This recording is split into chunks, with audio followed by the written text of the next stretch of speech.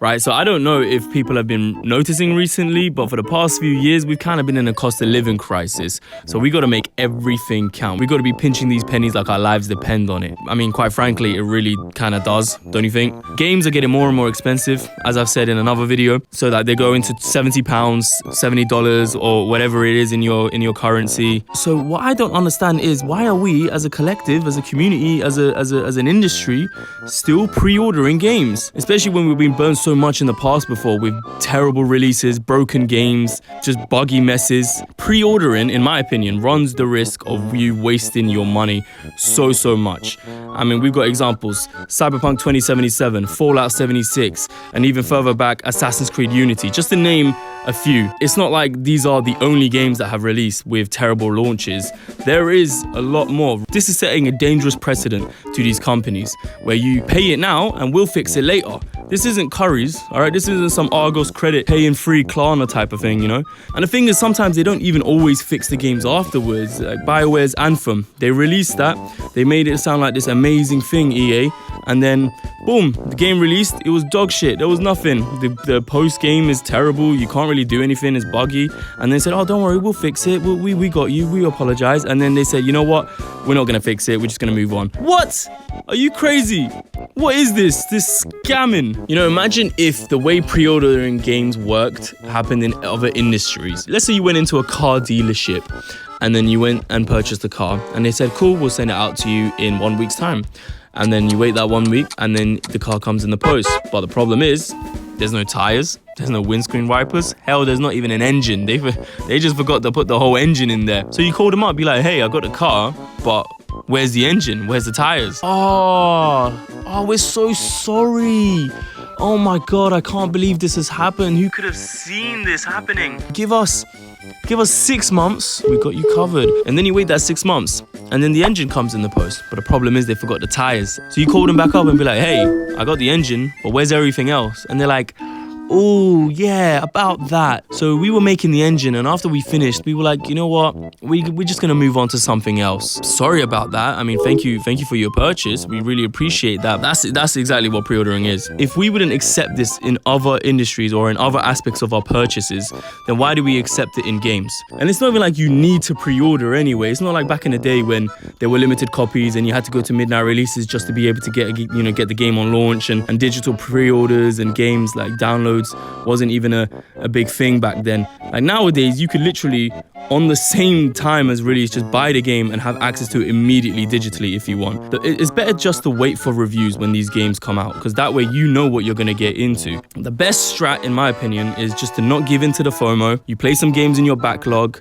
games that released ages ago and that you know are good and you've always been wanting to play, and then you come back to the game that you wanted to pre-order, because that way it might go on sale, it'll be cheaper, so you don't have to spend that £60-70 to play the game. There'll probably be more added features through DLC or patches with like New Game Plus and whatnot, and there would be no hype to cloud your judgment of the game. I mean, hell, it might even be free through like PS Plus or free game promotions on Epic or Steam. Like FC24 releases, and then a few months down the line you can get it for free on PS Plus, or even like a month or so later you can get it 30 to 50% off.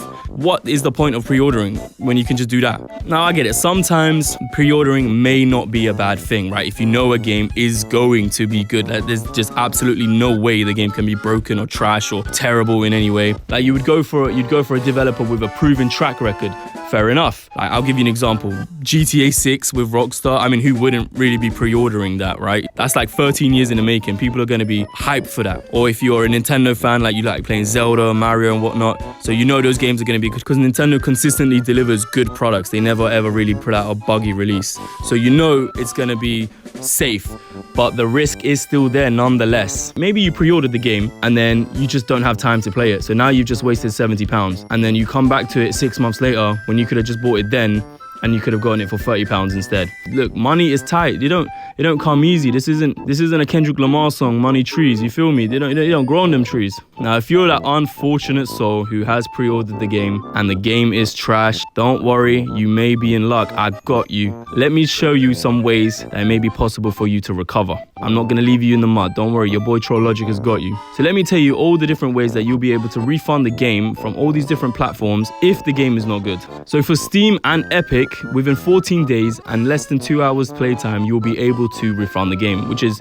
tremendous. I mean, it's by far the best refund policy in the gaming industry, and that's probably because of the Australian government. So thank you, Aussies. Now, Xbox is a bit more vague with their refund policy. So it's also within 14 days of purchase and what they call not a significant amount of playtime. So I'm assuming that is also around 2-3 hours, but the fact that they say not a significant amount of playtime kind of makes me think that they can sort of shaft you and be like, oh, you've played this for 4 hours, 5 hours, sorry, that's a lot of playtime, we can't refund you. You know, they're trying to be a bit sly with it. So, but still, if you're on an Xbox platform, try your luck. Now, by far, the worst refund policy goes to PlayStation. Matter of fact, I think we need to campaign for them to change this because this is absolutely atrocious. So it's also within 14 days of purchase, but you're not allowed to have downloaded the game yet. If you've downloaded the game, I'm sorry, you're out of luck. You cannot get a refund. We need to get the European Commission involved, the way they've been messing up Apple's whole thing with USB-C and third-party app stores and whatnot.